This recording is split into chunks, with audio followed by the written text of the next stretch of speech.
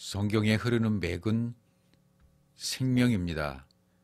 이 생명을 우리에게 전해주시고 싶으셔서 창세기 1장 1절부터 줄곧 계속 말씀해 오시는 것이 바로 이 생명입니다.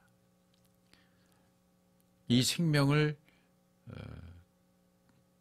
전해주기 위해서 예수 그리스도를 이 땅에 보내신 것이죠. 그래서 하나님의 뜻은 오직 이 생명에 있어요. 하나님의 뜻은 우리 사람의 어떤 것이 들어가지 아니하고 오직 순수한 하나님의 생명을 우리에게 주시고 싶으신 것, 그게 바로 하나님의 뜻이죠. 하나님이 원하시고 하나님이 꿈을 꾸시고 하나님이 줄곧 그 안에 생각하시는 것이 뭐예요? 자신의 것을 우리에게 주시고 싶으신 거죠. 그래서 하나님의 뜻이 무엇인가 라고 질문했을 때 성경이 우리에게 주시는 말씀은 히브리서 10장 9절에서 이렇게 말합니다. 그의 말씀하시기를 보시옵소서. 내가 하나님의 뜻을 행하러 왔나이다 하셨으니 그거 첫 것을 폐하시면 둘째 것을 세우려 하심이라. 하나님의 뜻에 대한 이런 이야기들을 우리가 함부로 많이 할 수가 없어요. 하나님의 뜻은 오직 하나님 자신 속에 있는 것을 우리에게 주시길 원하시는 거예요. 그래서 첫 것을 폐하고 둘째 것을 세우려 하신다. 이게 하나님의 뜻이라는 거죠. 그러니까 첫 것은 뭐예요? 율법이죠. 첫 것은 뭐예요? 예수죠. 첫 것은 뭐예요? 구약이죠. 이 첫 것을 폐하고 둘째 것을 세운다. 성경이 쭉 흐르는 게 뭐예요? 그렇죠. 첫 것은 예수, 둘째 것은 그리스도. 다시 말하면 옛 언약에서 새 언약으로, 옛 계명에서 새 계명으로, 또는 돌비에서 신비로, 겉사람에서 속사람으로, 육의 생각에서 영의 생각으로, 묵은 누룩, 옛 교훈에서 진실함의 떡, 새 떡인 새 교훈으로 바뀌어지는 것, 그게 하나님의 뜻이라는 얘기고, 또 죽은 자에서 산 자로, 구약에서 신약으로 넘어와야만 온전히 이것이 이루어질 수 있다는 것을 말씀하고 계십니다. 그래서 성경이 또 계속 말하는 것은 그러기 위해서는 구약의 성전 문을 나는 닫았으면 좋겠어. 하나님 그렇게 말씀하시는 거예요. 나는 하나님 구약의 성전 문이 닫혀야 돼. 이 구약의 성전 문을 닫을 사람이 나한테 필요하거든 라고 말씀하시죠. 그리고 사람을 보내시는 거예요.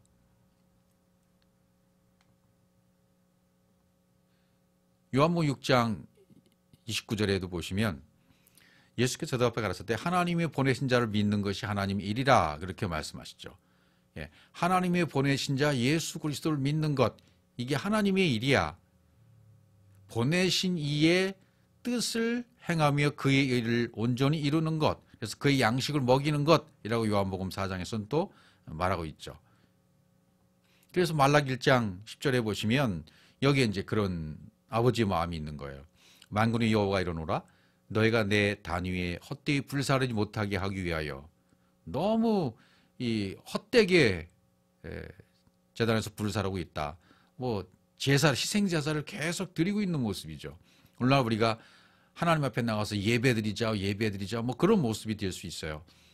불사르지 못하게 하기 위해서. 그래서 이사야에서는 계속 말하기는 마당만 밟은 헛된 발걸음을 멈춰라. 내가 더 이상 기도를 받지 않겠다. 기도하지 마. 이렇게 얘기하잖아요. 너희 중에 성전 문을, 여기 나오죠. 성전 문을 닫을 자가 있었으면 좋겠도다. 성전 문을 닫을 자가 있었으면 좋겠도다. 왜? 손으로 지은 성전에는 계시지 않다라고 말씀하시니까요. 내가 너희를 기뻐하지 아니하며 너희 손으로 드린 것을 받지도 않는다. 그래서 빈손으로 오지 말라 그러잖아요. 빈손으로 오지 말라는 얘기는 뭐예요? 영이 돼서 오라는 얘기죠. 영과 진리로 드린 예배를만을 받으시잖아요. 하나님이 받으시는 것은 하나님은 영이시니까 너도 영이 돼. 손으로 드리는 거, 육으로 드리는 거 나 안 받아. 영이 되어서 나한테 와봐. 이렇게 말씀하시는 거죠. 손으로 지은 성전에 지르지 않는다. 이런 여러 가지 표현에서 우리가 볼 수 있잖아요. 사도행전 7장 48절, 17장 24절 이렇게 나오죠.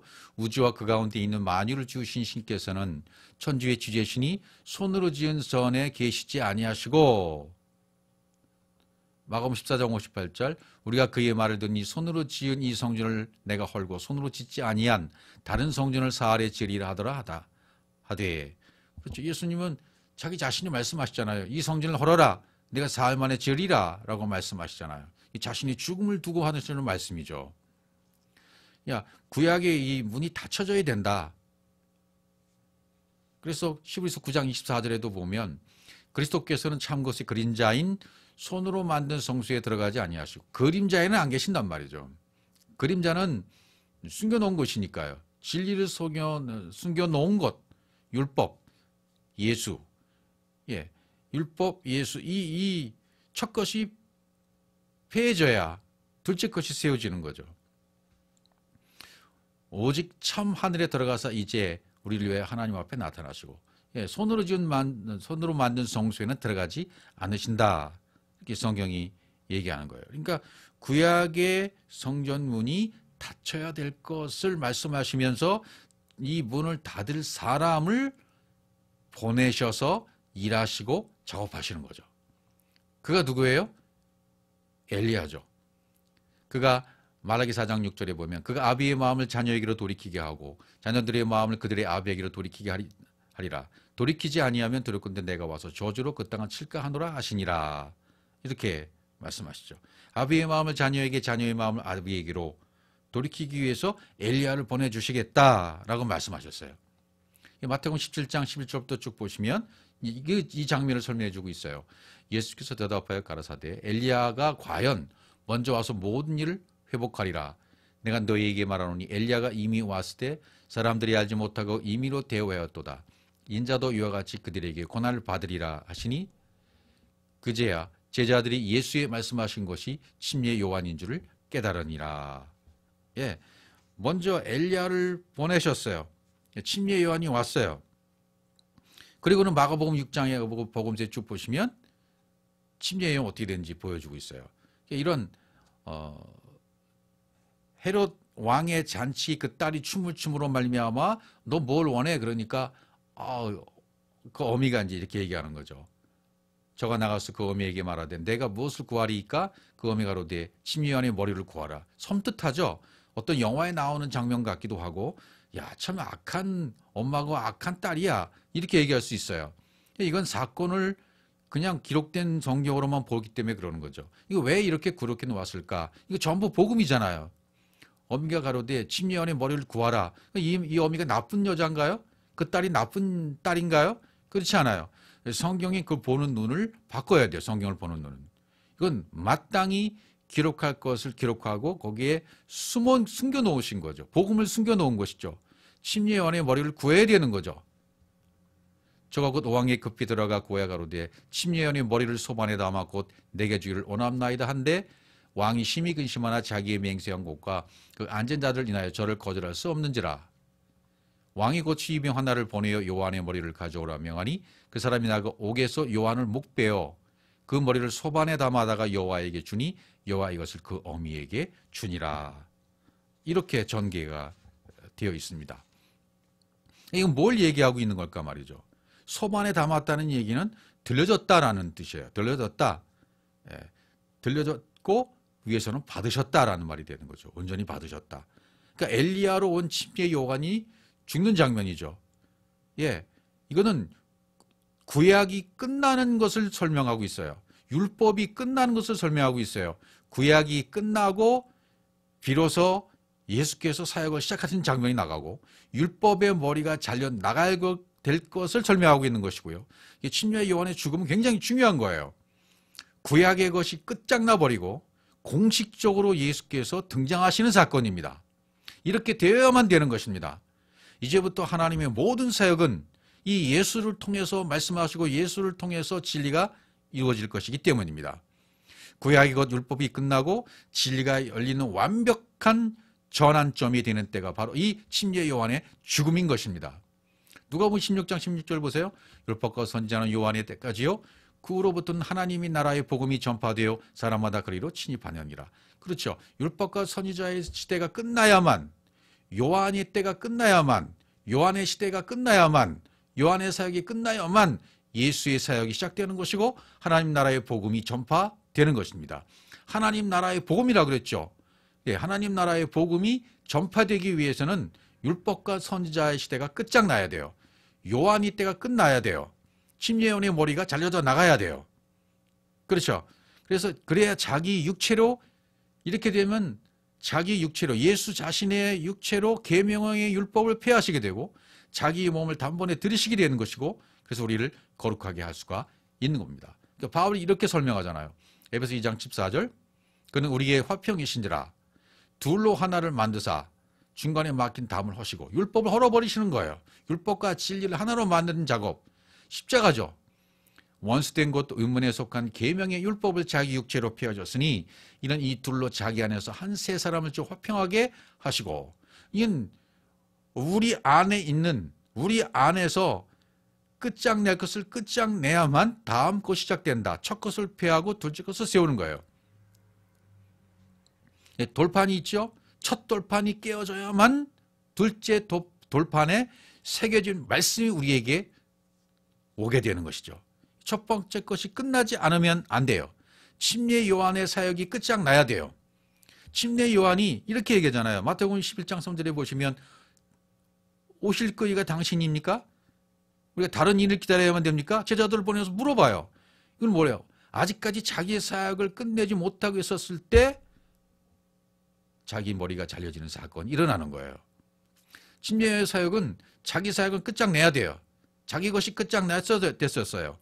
근데 우물쭈물 하고 있으니까 이런 사건이 일어나는 거죠. 이걸 통해서 보여주시는 거죠. 아버지의 마음을 보여주시는 거예요. 첫 것 끝장내야 돼. 침례요한의 머리는 잘라져야 돼. 이렇게 말하는 거죠. 이건 오늘날에도 우리에게 동일하게 말씀해 주시는 거예요. 첫째 것을, 자기 것을 끝내지 않으면 사역이 안 되는 거예요. 우리 안에 사역이 안 되는 겁니다. 오늘날의 목회자들, 설교자들, 전도자들, 선교사들, 이런 분들이 자기 안에 자기 것이 끝장내지 않으면 아무리 자기 것으로 지식이 넘치고 공부를 많이 하고 실력 파이고 학위를 가지고 있다 하더라도 그것으로는 사역이 될 수가 없는 겁니다. 내가 사역하고 싶다고 하는 것도 아니고 내 안에 하나님이 오셔서 나를 만나시고 만나주시고 그분이 내 속에 들어와서 자리를 잡으셔야만, 그래서 그분이 일하실 수가 있는 거잖아요. 그렇게 되는 시작점이 무엇입니까? 내 안에 내 것이 끝장나야 되는 거예요. 6이 끝나야 되는 거예요. 여섯째 날이 끝장내야 7이 되잖아요. 여섯째 날 인간의 것, 사람의 것, 내 것, 이것이 끝장내면 7이 온다 그 말이죠. 예, 내 것이 끝나고 하나님의 것이 시작되어야 한다는 말입니다. 대부분은 수많은 사람들이 안에서 내 것을 끝장내지 못하기 때문에 침례 요한처럼 오실 끈이가 당신입니까? 다른 일 기다리오리까? 하고 종교의 틀을 붙잡고 종교를 붙들고 뭔가 내가 이루려고 하는 내 뜻이 남아있기 때문에 하나님이 시작을 못하시는 겁니다. 하나님이 내 안에서 일하시고 하나님이 내 안에서 사역을 시작하시고 생명을 전달하고 사람을 변화시키시고 복음으로 말미암아 티칭 프리칭 훌리 일어나서 사람을 이렇게 살리는 것은, 이건 사람이 할 수가 없는 거예요. 하나님만이 하실 수가 있는 겁니다. 그러니까 침례 요한의 사역이 끝장내야만, 첫 것이 끝장나야만 둘째 것이 시작된다. 6이 끝나야만 0이 시작된다. 그 얘기가 되는 것입니다. 그러니까 이것은 내가 내 속에서 십자가를 경험하고 십자가에서 내 자신이 죽어야만 내 지식과 내 이론과 내 학식과 내 종교의 모든 틀이 죽어지지 않으면, 끝장나지 않으면, 율법이 끝장나지 않으면, 그러니까 율법이 뭐예요? 율법이 먼저 와야 되잖아요. 그러니까 이 율법이 뭔 줄 알아야 되고 율법에 대한 철저한 고증이 있어서 내 안에서 말씀하신 주의 음성을 바르게 들었다면 아들의 음성을 듣는 자는, 하나님의 아들의 음성을 듣는 자가 살아나는 거잖아요. 그러니까 율법을 처음에 받고 율법 속에 있는 진리의 말씀을 깨달아야만 바르게 되는 거죠. 그렇게 되려면 하나님이 시작하셔야 돼요. 사람이 시작할 수가 없어요. 교회를 개척한다거나 설교를 한다거나 생명의 말씀을 전한다거나 상담을 한다거나 사람을 살리는 것은 사람이 시작이 아닌 것입니다. 하나님이 시작하시는 거예요. 생명의 시작이기 때문에 그렇습니다. 이 생명의 시작은 철저히 하나님만이 하실 수 있는 거예요. 사람들은 그건 뭐예요? 눈에 보이는 것만 구하잖아요. 썩을 양식을 구하잖아요. 눈에 보이는 입으로 들어가는 양식을 사람들은 구하잖아요. 구약 때부터 만나라는 것을 통해서 이거 무엇이지 않은 만나를 통해서 계속 말씀해 주잖아요. 너희들 눈에 보이는 양식이 있지 이거 먹어. 이거 먹어봐 하고 주시는 거예요. 일부러 주셔요. 근데 그건 생명이 아닌 거야. 봐. 이 생명으로는 영생이 될 수가 없는 거야. 그리고 영생하도록 있는 양식을 보여주셔요. 썩을 양식이 아니라 영생하도록 있는 양식을 산떡이신 예수 그리스도를 예수님의 살과 피를 먹고 마실 수 있도록 해주시는 거죠. 바로 그것이 오병이어의 사건이 오늘 등장하는 배경인 것입니다. 요한복음 6장에 와서 오병이어의 사건을 왜 주시는가? 그건 영생하도록 있는 산떡을 주시기 위해서입니다. 자신을 주시기 위해서입니다. 하나님 자신 우리 속에 넣어주시기 위함이에요. 그래서 갈릴리 바다 저편으로 가시면서 이 사건은 요한복음 6장이 시작되는 거죠. 그래서 히브리서 아까 10장 9절에서 첫 것을 패하고 둘째 것을 세우는 것이 하나님의 뜻이라고 그랬죠. 그럼 두 번째 그 다음 구절을 보면 이 뜻을 쫓아 이 하나님의 뜻을 쫓아 예수 그리스도의 몸을 단번에 들이심으로 말미암아 우리가 거룩함 얻었다. 이렇게 성경이 말하고 있지 않습니까? 그래서 요한복음 6장 넘어가죠. 이제 오늘 본문이죠. 오늘 본문에 이렇게 시작되는 거예요. 그 후에 예수께서 갈릴리 바다 곧 디베랴 바다 건너편으로 가시매. 갈릴리는 성령이 사역하시는 거예요. 성령이 운행하시는 곳이 갈릴리입니다. 그리고 바다라는 개념도 얌이라는 이 바다라는 개념도 우리가 알고 있는 계시록에서 말하는 뭐 백보자 심판이니 그리스도 심판이니 곡과 마곡의 정권이 용의 전쟁이니 뭐 이런 것들을 교리를 우리가 알고 있는 교리의 개념들을 빨리 버리셔야 돼요. 바다라는 개념은 서쪽입니다. 얌입니다. 거긴 지성소를 말하는 것입니다. 그러니까 성령이 운행하시는 곳 지성소 곧 디베랴 바다 건너편으로 가셨다. 이 얘기는 뭐예요? 건너편으로 가셨다는 것은 뉘앙스게 말씀이 육신이 되시는 것 그것을 얘기해 주시는 것이 있죠. 이제 그걸 조금 이따 설명을 드리겠습니다만 둘째 아들에 비유해서 설명해 준 그런 뉘앙스와 같은 건데 건너편으로 가신 거예요. 일부러 가시는 거예요. 건너편으로 갔다는 얘기는 뭐예요? 일부러 큰 무리들, 오합지들을 위해서 깨닫지 못하는 오합지들을 위해서 구약적인 신앙생활을 하는 사람들에게 뭔가 눈에 보이는 양식과 표적을 구하는 사람들에게 또는 고정관념에 묶여있는 오늘날의 우리들을 위해서 산에 올라가시고 거기 앉아서 오병이의 사건을 주신 것입니다.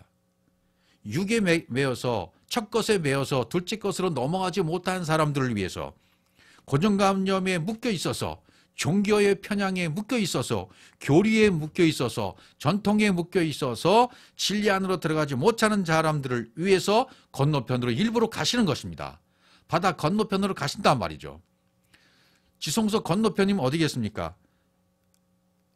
다시 율법으로 돌아가는 거죠. 그게 이제 로세처가 뒤를 돌아본 거로 소금기둥이 되었다는 표현, 또 둘째 아들이 돌아올 풍깃을 내게 주소서라는 표현과 같은 표현들이에요. 다시금 비오스 육신의 생명으로 돌아가서 우리를 위해서 그러는 거죠. 그렇게 돌아가서 이걸 설명해 주시기 위해서 그런 거예요. 산떡인 자기 자신을 먹이시기 위해서 지금 오병이의 사건을 주시는 거죠. 그래서 바다 건너편으로 먼저 가시는 거예요. 그런 뉘앙스를 한번 설명해 보겠습니다. 이게 설명하기 쉽지는 않지만 한번 해보겠습니다. 누가복음 15장 12절에 둘째 아들이 등장한 이 탕자의 비유라고 그러는데 여러분 탕자라는 말은 없어요. 성경에. 사람들이 만들어낸 말이에요. 종교인들이 만들어낸 말이 탕자라는 말이에요. 탕자는 없습니다. 둘째 아들입니다. 둘째 아들은 타락한 아들이 아니에요. 둘째 아들은 신선한 아들입니다. 신선한 아들이기 때문에 새로운 아들이기 때문에 이 둘째는 예수 그리스도를 말하는 거예요. 예수 그리스도가 아버지에게 말하는 거죠. 아버지 재산 중에서 내게 돌아올 분깃을 내게 주세요. 그러는 거죠. 자, 이 얘기가 뭔 얘기예요? 아비가 그 살림을 각각 나눠준다. 비오스, 육체의 생명을 다시 주는 거예요. 그러니까 그리스도가 된 예수가 반쪽, 분깃 넘겨달라 이렇게 요청하시는 거예요. 반쪽은 율법이잖아요. 율법을 넘겨달라고 요청하시는 거예요. 그리스도에게 율법이 넘겨지면 어떻게 돼요? 예, 비오스가 되는 거죠. 말씀 진리이신 그리스도가 반쪽인 율법을 받아버리면, 육신의 목숨을 받으면 육체를 입으신 예수가 되는 거죠. 그렇게 되면 어떻게 돼요? 이제는 육체를 입은 예수가 그 다음에 나오는 살림을 나누어 두었더니 허랑방탕했다 그러죠. 허랑방탕해야 되는 거예요. 허비해야 되는 거예요. 왜? 반쪽짜리 율법을 파시는 것이니까. 율법을 팔아야 돼요. 네가 아직 한 가지 부족한 것이 있다 그러잖아요. 그걸 팔아야죠. 육을 팔아야죠. 육신을 팔아야죠. 율법을 팔아야죠. 그게 허랑방탕인 거예요. 그분이 허비하시는 것은 율법을 하나하나 이렇게 해결해 나가시는 거죠. 근데 우리 입장에서는 진리를 진리인 줄 알지 몰랐기 때문에 진리를 팔아먹는 것은 또 그것도 방탕이기도 한 거죠. 우리 입장에서는. 진리를 알아보지 못했으니까. 그분이 이 땅에 오셨어요. 말씀이 육신이 되신 땅에 오셨습니다. 예수로 오셨습니다. 그리고 진리를 가르치십니다. 침례 요한이 죽고 나자 옛것이 폐하자마자 새것이 등장하는 거예요. 진리이신 그분이 가르치십니다. 그러면 율법 아래에 있던 사람들이 하나하나 율법으로 떠나가기 시작해요. 왜? 진리로 가르치시니까. 전파하시니까. 고치시니까. 그래서 그분이 약속의 기둥에서 십자가에 죽어버리십니다. 그렇게 하는 것을 성경은 섬긴다라고 표현하잖아요. 진정으로 그것이 말씀으로 우리를 섬기는 것이 십자가의 죽음입니다. 그래서 아까 얘기했던 창세기에 나오는 롯의 처 얘기 있잖아요. 롯의 처가 뒤를 돌아봐요. 이 얘기는 롯의 처가 뒤를 돌아본 거로 소금기둥이 되었다라. 이것도 복음인 거예요. 율법이 되어 롯의 처가 예수님이 하신 그 사역을 지금 설명하고 있는 거죠. 뒤를 돌아보았다라는 것은 신선한 둘째 아들이 돌아온 분깃을 내게 주소서라는 표현과 같은 거예요. 율법이 대해서 십자가에 죽어주신 것을 설명하는 것입니다. 소금기둥이 되었다. 약속의 기둥에서 죽으신 예수 그리스도를 설명하기 위해서 롯의 처가 뒤를 돌아본 거로 소금기둥이 되었다. 이렇게 설명한 겁니다. 그러니까 뉘앙스가 이게 전달되었나는 모르겠습니다만은 어쨌든 그런 개념이에요. 그래서 그 다음에 요한복음 6장 2절로 넘어가 보면 큰 무리가 따른 이 오합지절이죠. 이는 병인들에게 하시는 표적을 범이로라. 그 오합지절은 보이는 것만 따르잖아요. 지금도 보이는 표적을 따라서 이 시대적으로 계속 그렇잖아요. 뭐 지금 신사도 운동까지 쭉 왔는데 뭐 영성 운동에서 신사도 운동 뭐 이렇게 은사 운동 이런 것들이 쭉 진행되었었잖아요. 그것은 보이는 것만 추구하는 사람들이 보이는 것만 추구했기 때문에 보이지 않는 세계를 보지 못하고 은사와 능력만 보는 거죠. 병자를 고치는 표적만 보이는 거죠. 그것은 오합지절이기 때문에 그래요. 진리가 없는 오합지절이기 때문에 그 병인들에게 행하신 표적을 보는 거죠. 오늘날도 이 표적은 계속 있습니다. 방언이 있습니다. 예언이 있습니다. 은사 있습니다. 그것은 잠시 과정일 뿐인 것이죠. 과정 속에 있는 것뿐입니다. 더 큰 것을 봐야만 되는 거죠. 그것은 과정을 통해서 6째 날까지 쭉 가는 거죠. 그래서 6이 끝나야 되잖아요. 그래 7이 오는 것처럼 이 밖에 하나님이 빨리 끝나야 돼요. 그래 안에 하나님으로 들어가는 거죠. 의도적으로 하나님은 또 예수 그리스도는 자기 자신에게서 나가는 생명으로 진리를 가르치기 위해서 의도적으로 병자를 고칩니다.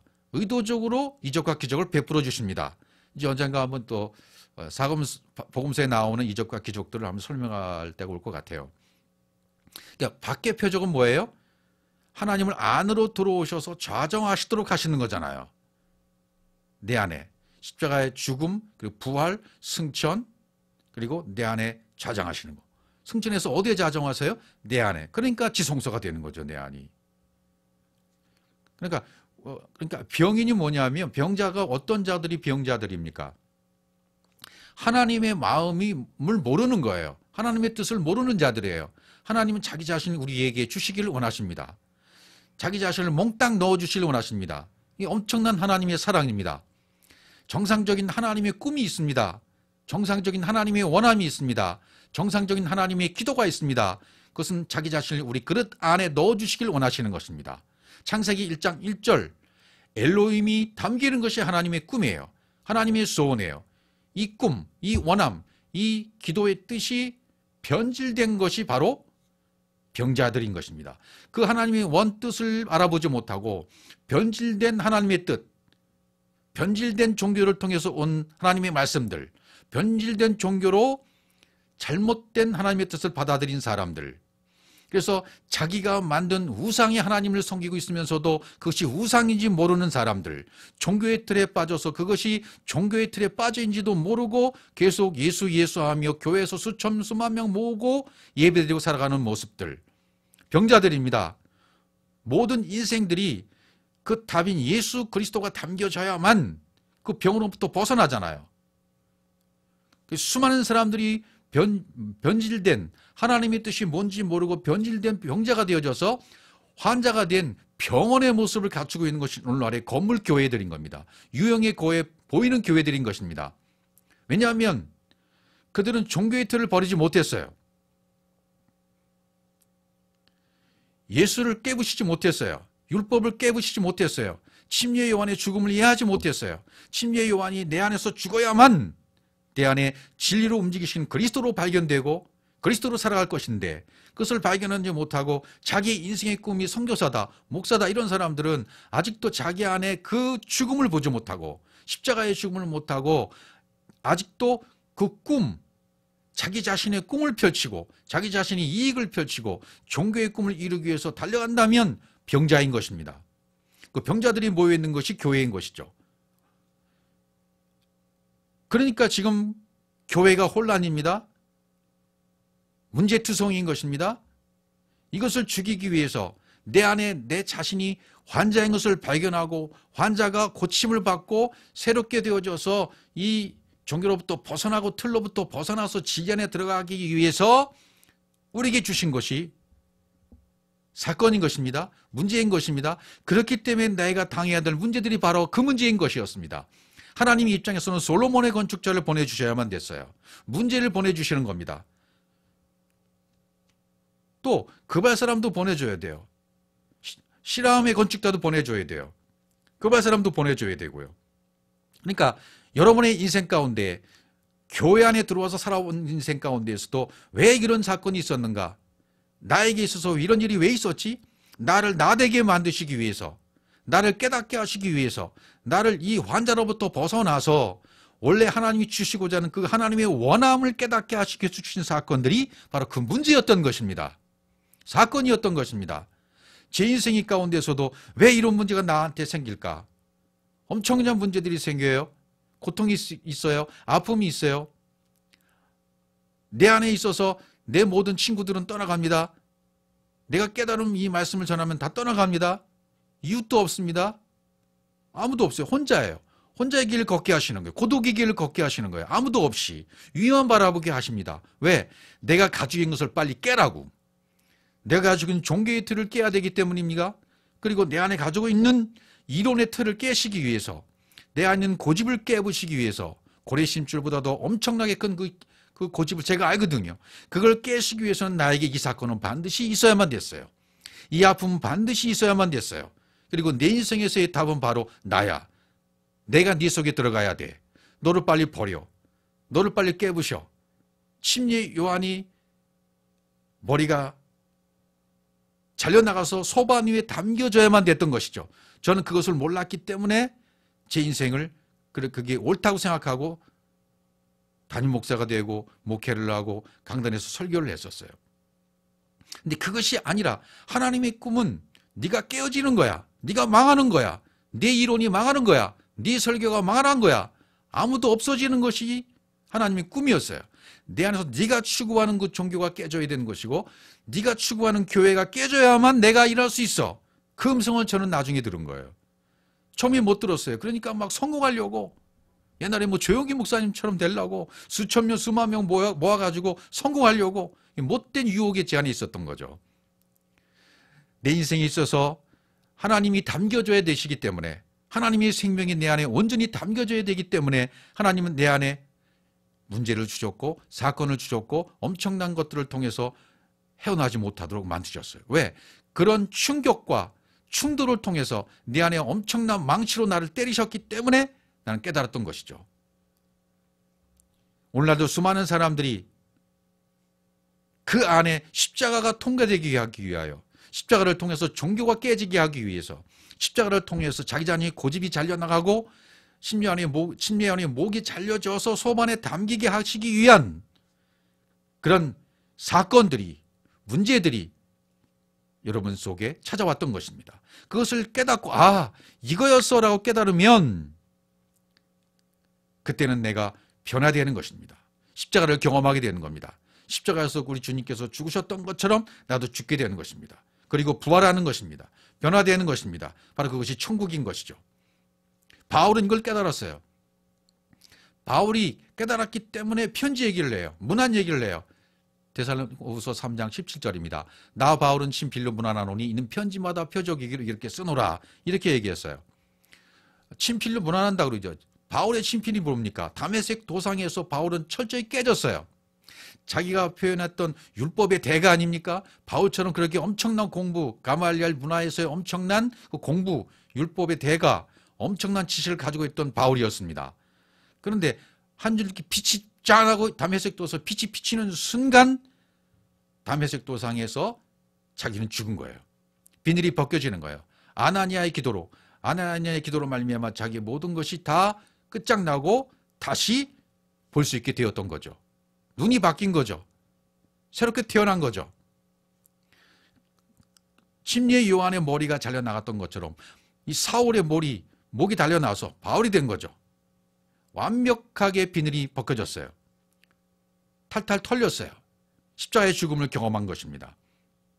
그리고 바울 안에 성령의 사역이 적용됐어요. 또 진리가 완성이 됐습니다. 그것을 전해주면 그것을 그대로 받아들인 사람들이 문안이 되는 거예요. 문안한 단어만 아스파조마이라는 단어인데 서로 이렇게 부둥켜 안는 걸 말하죠. 부둥켜 안으면 서로 두 팔로 끌어안기 때문에 두 팔을 보면 에하드 원이 되는 거죠.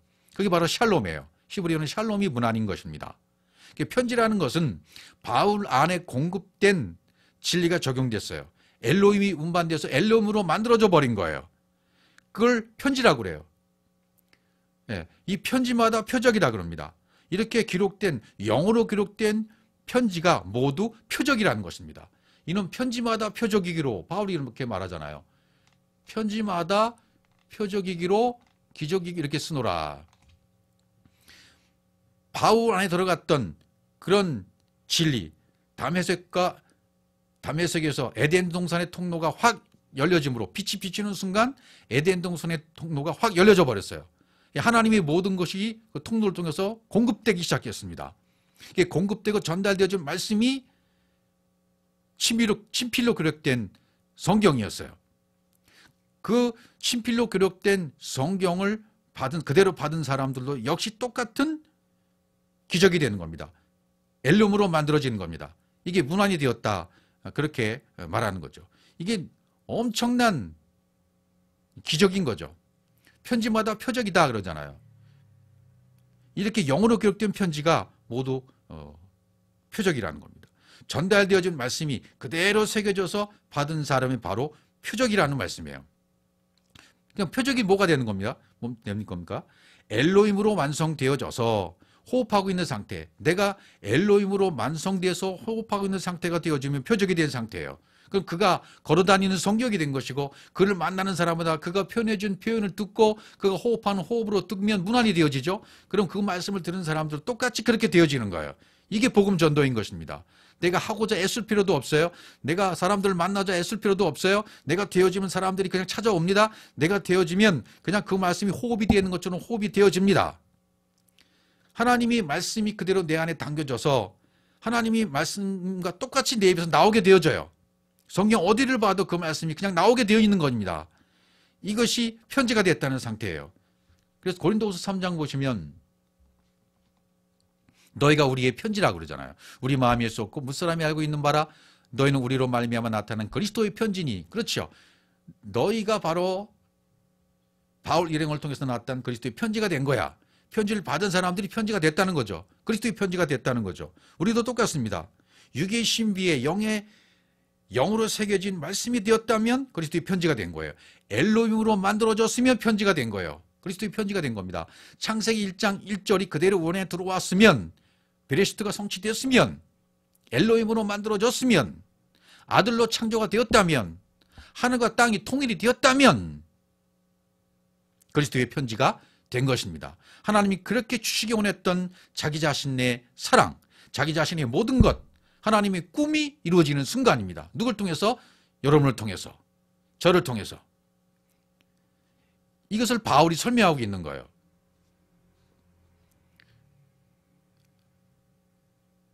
오직 살아계신 하나님의 영으로 한 것이며 돌비에 쓴 것이 아니 오직 육의 신비한 것이라고 바울이 분명히 설명하고 있는 것입니다. 내 안에 그리스도가 들어오셨어요. 여러분 안에 그리스도가 영으로 들어오셨어요. 그러면 그리스도의 편지가 된 겁니다. 그리스도로 이제 나오는 말이 편지가 되는 것입니다. 요한복음 6장 3절 넘어가면 예수께서 산에 오르사 제자들과 함께 거기 앉으시니, 산에 올라가셔야 돼요. 산성수훈의 첫 구절이 뭡니까? 마태복음 5장 1절이 예수께서 산에 올라가 앉으시니 제자들이 나온지라, 그리고 말씀이 줄줄줄 나와요. 산에 오르셨다는 것은 존재가 되셔서, 예수께서 이미 존재가 되셔서 호흡한 하나 엘로힘의 존재로 말미암아 산에 산에 오르신 거예요. 존재로 오르신 거예요. 산이라는 것은 말씀이 나오는 곳이잖아요. 하나님이 계시는 곳이잖아요. 거기에 오르십니다. 제자들과 함께 거기에 또 앉으십니다. 앉는다는 표현이 뭐예요? 심판받았다는 뜻이에요. 존재가 되어서 산에 올라가 앉으시면 말씀이 나옵니다. 그러면 그 말씀으로 말미암아 말씀 받는 자들이 심판받게 되어져요. 그러니까 우리가 알고 있는 심판이 그런 심판이 아니에요. 뭐 백보자 심판으로 뭐 그리스도의 심판대에서 이렇게 구별해서 설명하는 설명들이 아닌 거예요. 심판은 말씀으로 심판받는 거죠. 하나님의 말씀으로 심판받아서, 계시록에 나오는 불못이라든지 심판이라든지 이런 말은 좋은 것이에요. 하나님의 말씀으로 심판받아야 돼요. 불못에 들어갔다가 나와야 돼요. 심판받아야 돼요. 첫 것이 그것이 죽어지는 순간이에요. 첫 것이 폐해지는 순간이에요. 십자가의 죽음이에요. 그게 심판인 것입니다. 말씀을 들어야 심판을 받죠. 하나님의 음성을 들어야만 심판을 받죠. 불못에 들어가야만 모든 내 것이 태워지죠. 말씀의 불로 태워지는 것이 불못입니다. 나의 못은 육의 것이, 첫째 것이 그것에서 태워지는 것입니다. 완벽하게 태워져서 신선한 아들로 나와야 돼요. 새로운 둘째 아들로, 그리스도로 나와야 된단 말이죠. 그걸 설명하고 있는 거예요. 2절, 마침 유대인의 명절이 6월절이 가까운지라. 가까우면 안 되고 완벽하게 이루어져야 돼요. 표면적 유대인이 아니고 이면적 유대인이 유대인이다. 그런 말씀이 있죠. 그러니까 내가 유대인이 되는 거예요. 유대 땅에 태어난 사람이 유대인이 되는 게 아니라 바로 이 말씀을 받고 지금까지 설명드렸던 하나님의 원함, 하나님의 꿈이 내 안에서 이루어져서 엘리움으로 당겨지면 내가 유대인이 되는 겁니다. 에루샬라임이 되는 겁니다. 샬롬이 되는 겁니다. 명절이 된 것입니다. 유월절이 이루어진 겁니다. 패스오버, 지나가시는 것이 된 거예요. 유월절이 된 거예요. 그런 것들을 설명한 것이지 어떤 절기를 설명한 것이 절대로 아니에요. 성경은 절기를 말하고 있지 않습니다. 주님은 절대로 절기적인 신앙을 원하시지 않아요. 5절 넘어가면 예수께서 눈을 들어 큰 무리가 자기로 오는 것을 보시고 빌립에게 이르시되 우리가 어디서 떡을 싸서 그러잖아요. 빌립을 시험하시는 거예요. 오병이의 기적을 설명하고 있는 중이잖아요. 우리가 어디서 이 생명의 떡을 싸서 이 사람들을 먹게 하겠느냐. 생명의 떡은 어디서 사느냐 말이죠.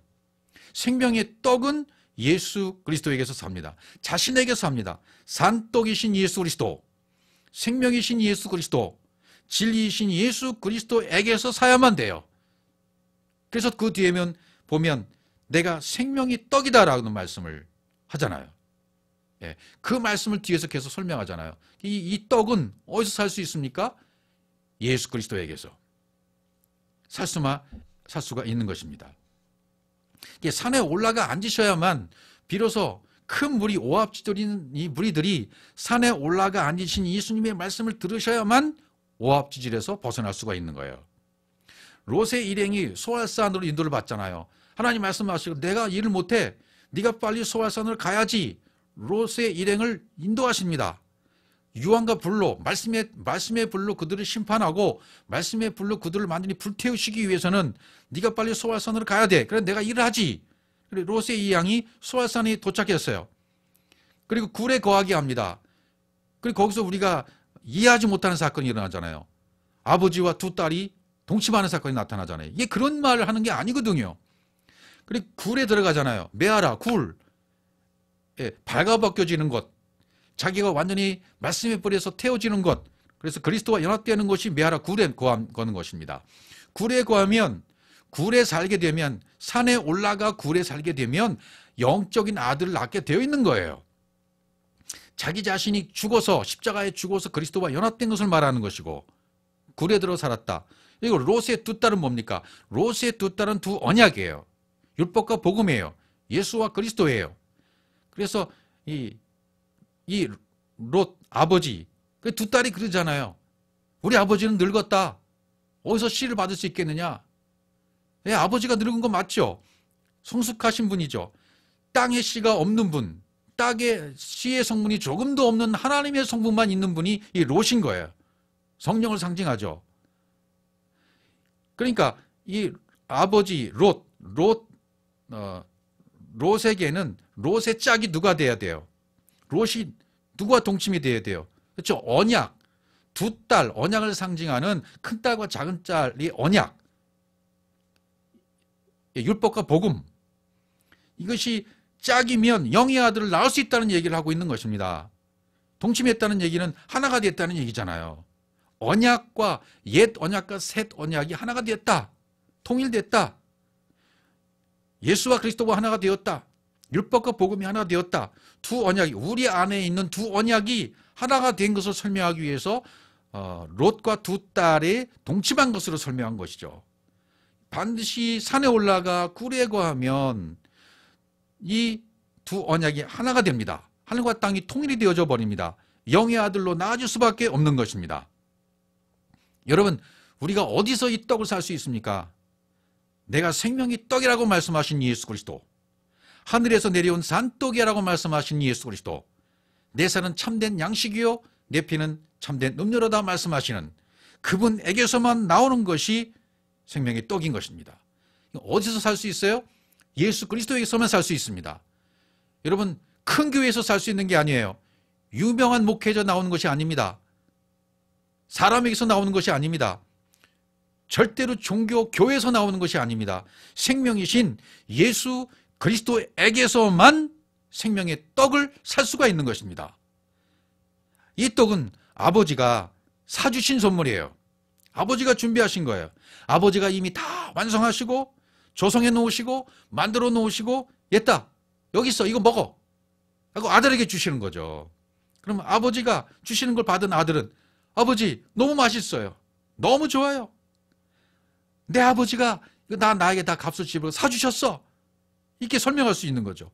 값을 다 지불해 놓은 신선물을 받았기 때문에, 복음을 받았기 때문에, 이 복음을, 이 생명을 아버지가 나한테 주셨어. 너무 좋아. 그리고 그 양식을, 그 생명을 설명해 줄 수가 있는 것이죠. 여러분, 어디서 이 떡을 살 수가 있습니까? 예수 그리스도에게서. 종교가 아닙니다. 진리는 종교에서 살 수 있는 것이 아니고 교회에서 살 수 있는 것이 아닙니다. 진리가 된 사람 그리스도, 오직 그리스도에게서만 나오는 것이 생명의 떡이기 때문입니다. 아멘.